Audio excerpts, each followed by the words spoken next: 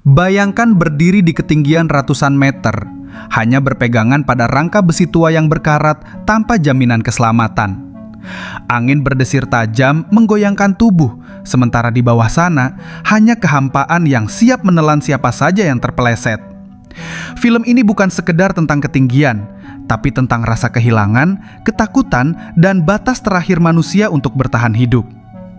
Kisahnya mengikuti Becky, seorang wanita yang hidupnya hancur setelah menyaksikan kekasihnya, Dan, tewas dalam kecelakaan tragis saat panjat tebing. Sejak saat itu, dunia Becky seakan berhenti. Trauma mengurungnya dalam ketakutan, membuatnya menjauh dari semua hal yang dulu ia cintai. Namun segalanya berubah ketika Hunter, sahabat lamanya yang penuh keberanian, atau mungkin kecerobohan, datang dengan sebuah ide gila, menaklukkan menara pemancar terbengkalai setinggi lebih dari 600 meter. Sebuah tantangan ekstrim yang seharusnya menjadi jalan untuk bangkit. Tapi mereka tidak pernah menyangka keputusan itu justru akan membawa mereka ke dalam mimpi buruk yang tak terbayangkan, di mana satu kesalahan kecil bisa berarti kematian.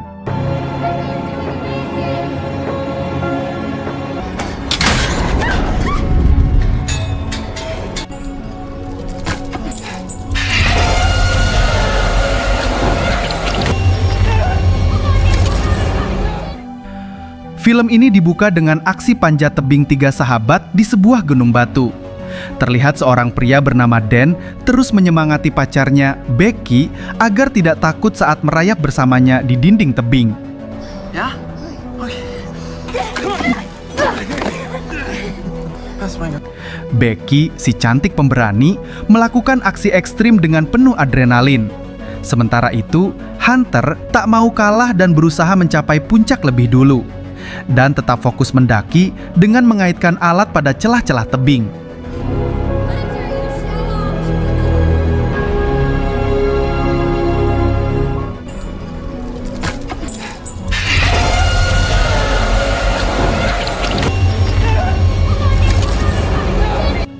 Namun tanpa diduga, celah yang dipilih Dan ternyata rapuh. Seekor burung yang tiba-tiba muncul membuat Becky dan Hunter panik saat melihat Dan tergantung.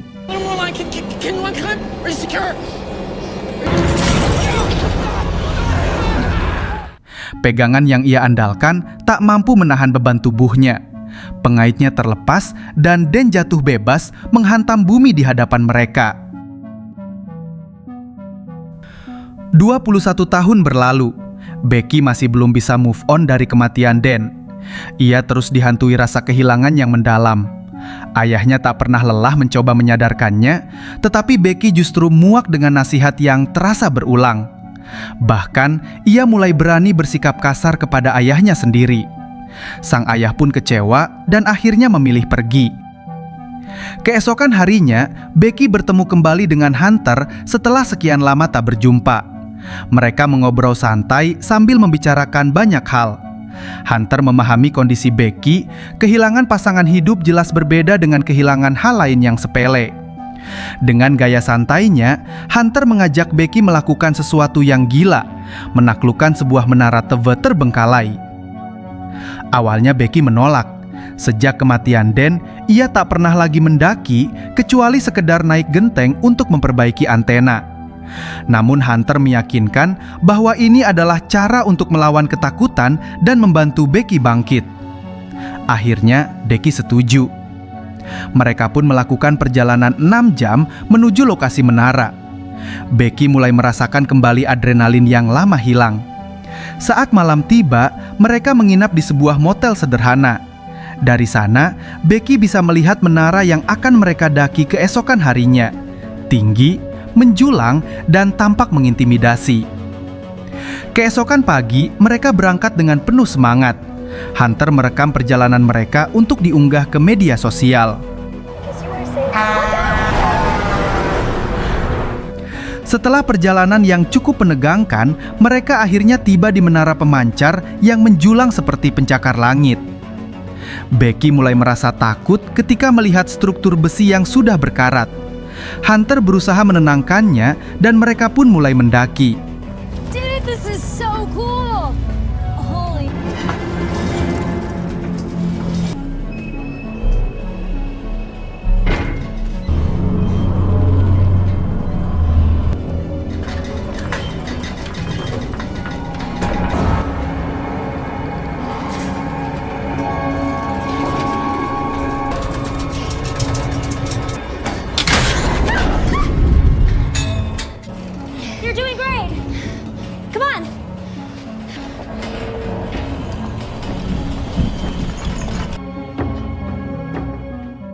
Perjalanan naik tidak mudah.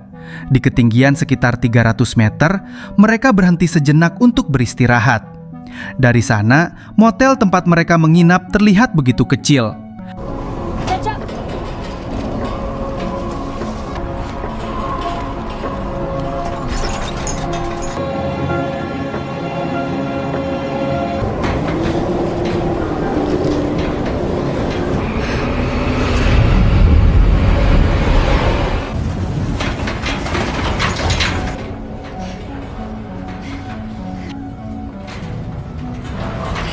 You're okay.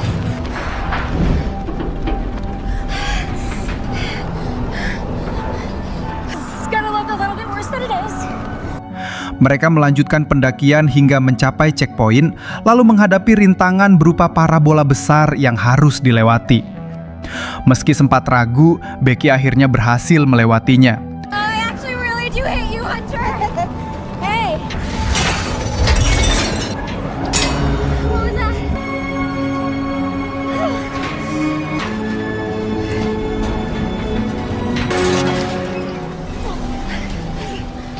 Akhirnya mereka sampai di puncak menara dengan selamat. Keduanya langsung merayakan keberhasilan itu dengan berfoto, merekam video, bahkan menerbangkan drone. Mereka melakukan pose-pose ekstrim di ketinggian yang memacu adrenalin. You can do this. Take it easy. Open your eyes. Di tengah momen itu, Becky teringat pada Dan. Ia menaburkan abu kremasi kekasihnya ke udara, sebuah perpisahan yang tertunda selama bertahun-tahun.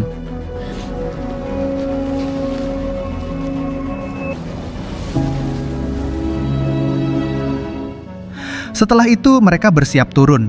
Becky mulai menuruni tangga besi yang sudah rapuh. Tiba-tiba tangga itu runtuh.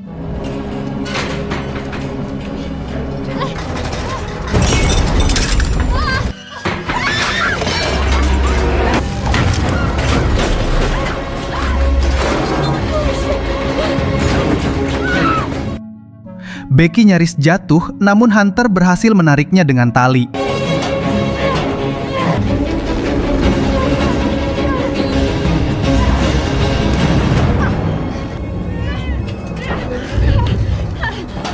I just died almost.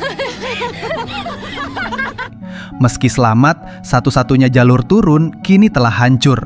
Terjebak di ketinggian ratusan meter, kepanikan pun melanda.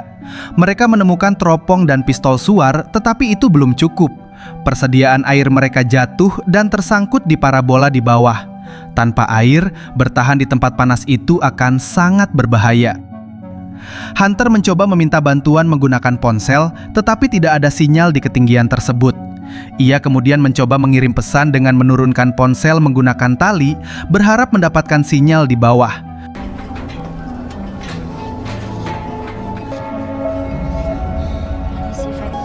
Come on. I don't either. I don't think it posted. Namun usaha itu gagal. Tali yang terlalu pendek membuat ponsel tidak cukup rendah untuk menangkap sinyal. Careful, Hunter.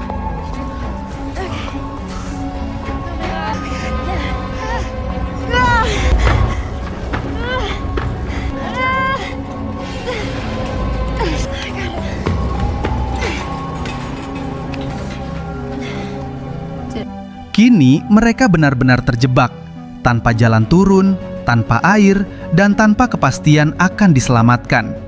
Karena upaya sebelumnya masih gagal, mereka mencoba cara lain. Kali ini, Becky dan Hunter membuat postingan permintaan bantuan dengan menjatuhkan ponsel menggunakan peredam benturan seadanya.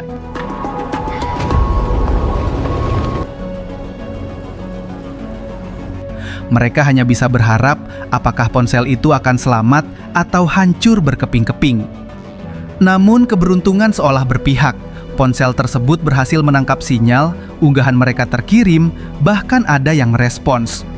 Tak lama kemudian mereka melihat seorang pria berambut acak-acakan berada di bawah menara. Becky dan Hunter berteriak sekuat tenaga meminta tolong tanpa menyadari bahwa ponsel yang mereka andalkan sebenarnya sudah hancur setelah jatuh. Hunter pun melarang Becky menggunakan satu-satunya suar di siang hari, cahayanya akan sulit terlihat. Ia menyarankan menunggu malam, apalagi pria di bawah itu tampaknya akan bermalam di sekitar area. Okay, I got it. Holy shit, check this out. Harapan sempat muncul ketika dua pria tersebut menemukan mobil Becky dan Hunter. Namun harapan itu seketika pupus, mereka ternyata pencuri. Dengan mudahnya, mereka membawa kabur mobil itu, meninggalkan Becky dan Hunter tanpa bantuan. Malam pun tiba. Di tengah suhu dingin yang menusuk hingga ke tulang, Hunter memeriksa luka sobek di paha Becky. Mereka bertahan dengan kondisi fisik yang terus menurun. Hari kedua berlalu tanpa makanan, perut mereka hanya terisi angin. Tak ada bantuan datang. Mereka mulai yakin bahwa ponsel yang dijatuhkan sebelumnya telah hancur. Putus asa bukan pilihan. Mereka merancang rencana baru, menggunakan drone untuk mengirim pesan. Hunter memberanikan diri turun untuk mengambil tas yang berisi drone.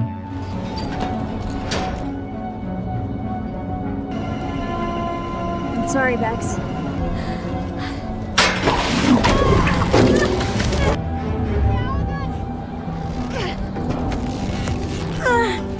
Shit!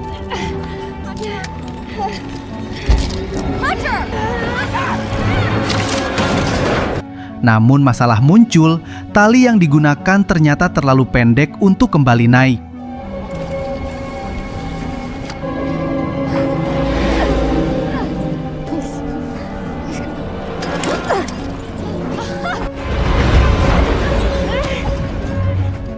Dalam momen menegangkan, Hunter akhirnya berhasil meraih tali dan Becky segera menariknya kembali ke atas.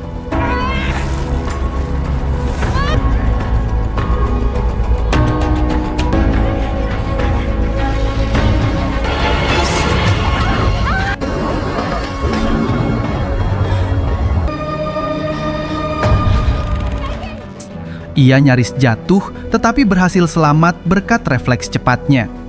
Setelah berhasil mendapatkan drone, mereka menuliskan pesan permintaan tolong dan menerbangkannya menuju motel.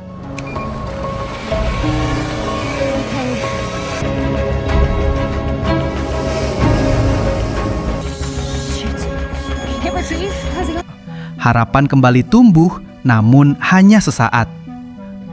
Baru beberapa meter terbang, baterai drone habis. Rencana itu pun gagal. Kini mereka dihadapkan pada masalah baru. Bagaimana mengisi ulang daya drone di tempat setinggi dan seterpencil itu? Hari ketiga tiba. Kondisi mereka semakin memburuk. Lelah, lapar, dan nyaris kehilangan harapan. Hunter kemudian mendapatkan ide nekat, memanfaatkan dudukan lampu di menara sebagai sumber listrik.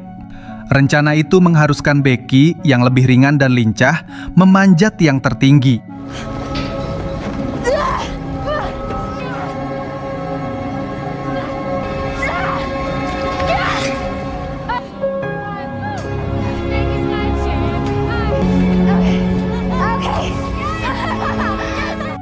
Dengan sisa tenaga yang ada, Becky memanjat dan berusaha menyambungkan kabel charger ke sumber listrik tersebut.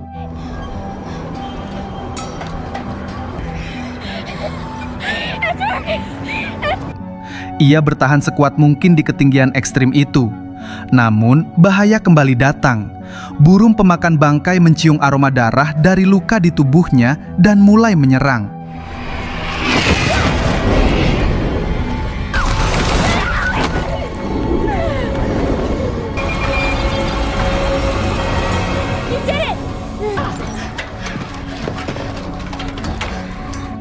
Meski begitu, usaha Becky tidak sia-sia. Baterai drone akhirnya terisi penuh. Tanpa menunggu lama, mereka langsung menerbangkannya menuju motel. Keep going.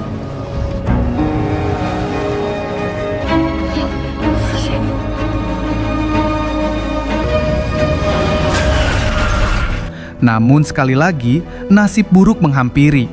Drone itu tersambar dan jatuh. Harapan mereka kembali hancur. Dalam kondisi yang semakin kritis, Becky berencana menjatuhkan ponselnya menggunakan sepatu Hunter sebagai peredam. Namun tiba-tiba, Hunter berkata sesuatu yang mengejutkan. bahwa semua itu sia-sia karena ia sebenarnya sudah berada di bawah. Kenyataan pahit pun terungkap. Hunter telah tewas sejak hari pertama saat ia jatuh dan gagal meraih tali. Tubuhnya menghantam parabola di bawah.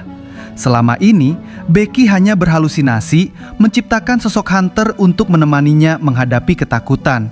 Kini, Becky benar-benar sendirian.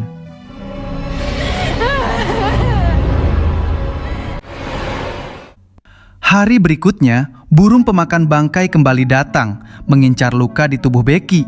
Namun kali ini, keadaan berbalik. Becky yang kelaparan terpaksa membunuh dan memakan burung tersebut demi bertahan hidup.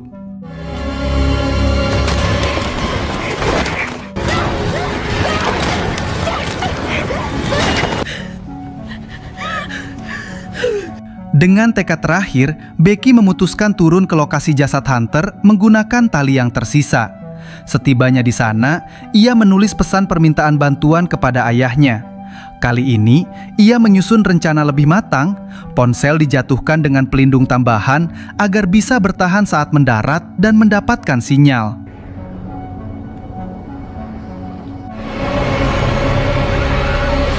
Beberapa jam kemudian, pesan itu akhirnya sampai.